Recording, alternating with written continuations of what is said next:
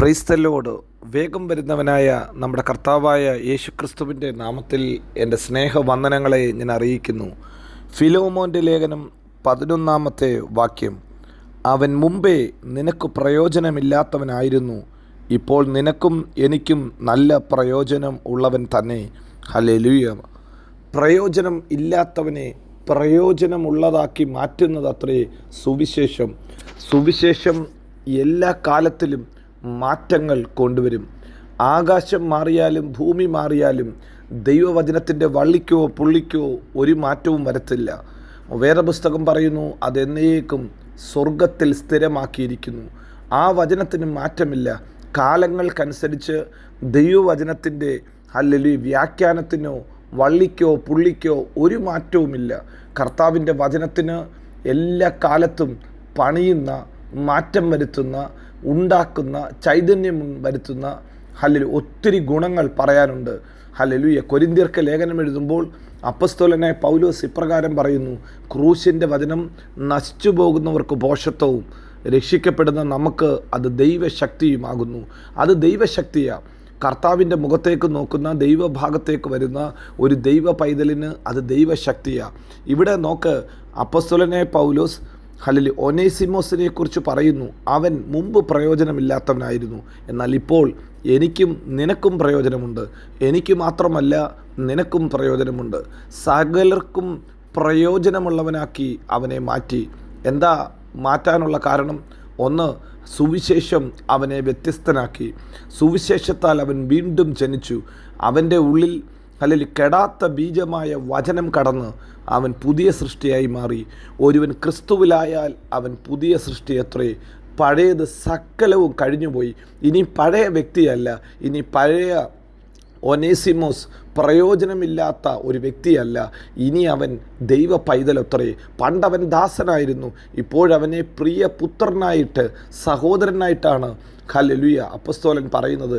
താൻ തടവിലിരിക്കുമ്പോൾ ജനിപ്പിച്ച തൻ്റെ ആത്മീയ പുത്രൻ, അവനെക്കുറിച്ച് പറയുന്നു, അവൻ ഇപ്പോൾ പ്രയോജനമുള്ളവനാ.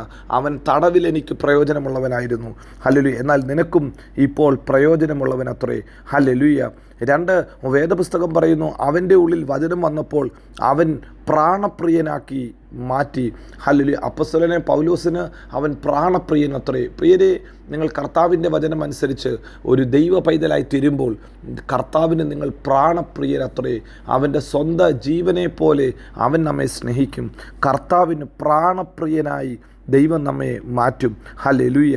ഇന്ന് രാവിലെ സമയത്തും ഈ വചനം കേൾക്കുന്ന നിങ്ങളുടെ ജീവിതത്തിനകത്ത് നിങ്ങളുടെ നിലയ്ക്കും വിലയ്ക്കും വ്യത്യാസം വരുത്തുവാൻ ദൈവവചനത്തിന് സാധിക്കും. പ്രയോജനമില്ലാത്തവനെ പ്രയോജനമുള്ളവനാക്കി മാറ്റിയ, ദാസനെ പുത്രനാക്കി മാറ്റിയ, ഒരു വിലയുമില്ലാത്തവനെ പ്രാണപ്രിയനായി, പ്രാണന് തുല്യം വിലയുള്ളവനാക്കി മാറ്റിയ ദൈവത്തിൻ്റെ വചനം. ഈ വചനം അത്രേ നിങ്ങൾ ഇന്ന് രാവിലെയും കേൾക്കുന്നത്. ഈ വചനം കേൾക്കുമ്പോൾ നിങ്ങളുടെ കുടുംബത്തിനകത്ത്, നിങ്ങളുടെ വീട്ടിനകത്ത് ഒരു വ്യത്യാസമുണ്ടാകും. അതുകൊണ്ട് പ്രാണപ്രിയനായ, സ്വന്തം പുത്രനായ, പ്രയോജനമുള്ളവനായ ഒനേസിമോസിന് വേണ്ടി അപ്പസ്തോലനായ പൗലോസ് കത്തെഴുതുകയാണ്. അവനെ റെക്കമെൻഡ് ചെയ്തുകൊണ്ട്, അവന് വാതിൽ തുറക്കാൻ വേണ്ടി, അവനെ കൈക്കൊള്ളാൻ വേണ്ടി അവന് വേണ്ടി കത്തെഴുതുന്നു. ഇന്ന് രാവിലെ സമയത്തും ഈ വചനം കേൾക്കുന്ന നമുക്ക് ഓരോരുത്തർക്കും, ഈ വചനം ധ്യാനിക്കുന്ന നമുക്കേവർക്കും വേണ്ടി കർത്താവ് സംസാരിക്കും, കർത്താവ് കത്തയക്കും. ഇവിടെ പൗലോസ് ഒനേസിമോസിന് വേണ്ടി കത്ത് അയക്കുന്നത് പോലെ അവനെ റെക്കമെൻഡ് ചെയ്ത് അവന് ഉപകാരം ചെയ്യാൻ വേണ്ടി, അവൻ്റെ കടം വീട്ടാൻ വേണ്ടി, അവന് പാർപ്പിടം ഒരുക്കാൻ വേണ്ടി ഒരു കത്തെഴുതി അവന് വേണ്ടി നല്ല വാക്കുകൾ പറഞ്ഞെങ്കിൽ ഈ രാവിലെ സമയം വചനം കേൾക്കുന്ന കർത്താവിൻ്റെ പ്രിയ പൈതലെ, നിനക്ക് വേണ്ടി അവൻ എത്രയധികം സംസാരിക്കും. വേദപുസ്തകത്തിൽ എബ്രായ ലേഖനം 12 24 വാക്യത്തിൽ നാം ഇങ്ങനെ വായിക്കുന്നു, ഹാബേലിൻ്റെ രക്തത്തെക്കാട്ടിലും ഗുണകരമായി സംസാരിക്കുന്ന പുണ്യ രക്തം. അതാ യേശുവിൻ്റെ രക്തത്തിൻ്റെ പ്രത്യേകത. ആ രക്തം നമുക്ക് വേണ്ടി ഗുണകരമായി സംസാരിക്കും. നിങ്ങൾ ഒരു ഓഫീസിൽ കടന്നു ചെല്ലുന്നതിന് മുമ്പ്, ഒരു വീട്ടിൽ കാല് വെക്കുന്നതിന് മുമ്പ്, ഒരു കൂട്ടായ്മയിൽ നിങ്ങൾ ചെന്നിരിക്കുന്നതിന് മുമ്പ് നിങ്ങൾക്ക് വേണ്ടി ഗുണകരമായി സംസാരിക്കും. അത് ഹാബേലിൻ്റെ രക്തത്തെക്കാട്ടിലും ഗുണകരമായി സംസാരിക്കും. നിങ്ങളെക്കുറിച്ച് യേശുവിൻ്റെ രക്തത്തിന് നല്ലതേ സംസാരിക്കാനുള്ളൂ. നല്ലത് മാത്രം സംസാരിച്ച് നിങ്ങൾക്ക് വേണ്ടി വാതിൽ തുറക്കും. നിങ്ങളുടെ കടത്തെ ആ രക്തത്താൽ അവൻ വീട്ടും. നിങ്ങളുടെ ഭാരത്തെ അവൻ ചുമന്നു മാറ്റും. നിങ്ങളുടെ രോഗത്തെ അവൻ സൗഖ്യമാക്കും. നിങ്ങൾ കർത്താവിന് പ്രിയപ്പെട്ടവരത്രേ. കർത്താവിൻ്റെ കരങ്ങളിൽ പ്രയോജനമുള്ളവരത്രേ. മുമ്പ് പ്രയോജനമില്ലാത്തവനെ പ്രയോജനമുള്ളവനാക്കി മാറ്റുന്ന സുവിശേഷം ഇന്ന് പകൽക്കാലവും നമ്മുടെ ഹൃദയത്തിന് സമീപമത്രേ.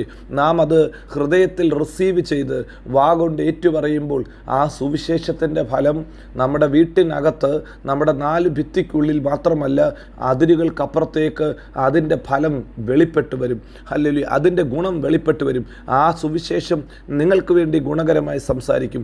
നിങ്ങളുടെ കടഭാരത്തെ എടുത്തു മാറ്റും. നിങ്ങളുടെ പ്രതിസന്ധികളെ എടുത്തു മാറ്റും. വചനത്തിന് ജീവനുണ്ടാക്കാൻ, ചൈതന്യം തരാൻ പറ്റും. ഇന്ന് രാവിലെ സമയത്ത് നമുക്കും താഴ്ത്തി സമർപ്പിക്കാം. ഒനേസിമോസിനെ പോലെ കർത്താവിൻ്റെ കരങ്ങളിലേക്ക് നമുക്ക് ഏൽപ്പിക്കാം.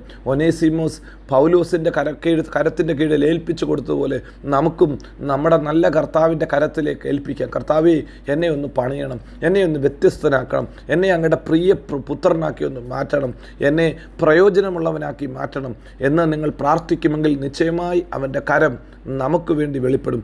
അവൻ വിശ്വസ്തൻ, വാക്കുമാറാത്തവൻ. അവൻ നമ്മെ എല്ലായിടത്തും എല്ലായ്പ്പോഴും ക്രിസ്തുയേശുവിൽ ജയോത്സവമാക്കി നടത്തും. God bless you. Amin, Amin, Amin.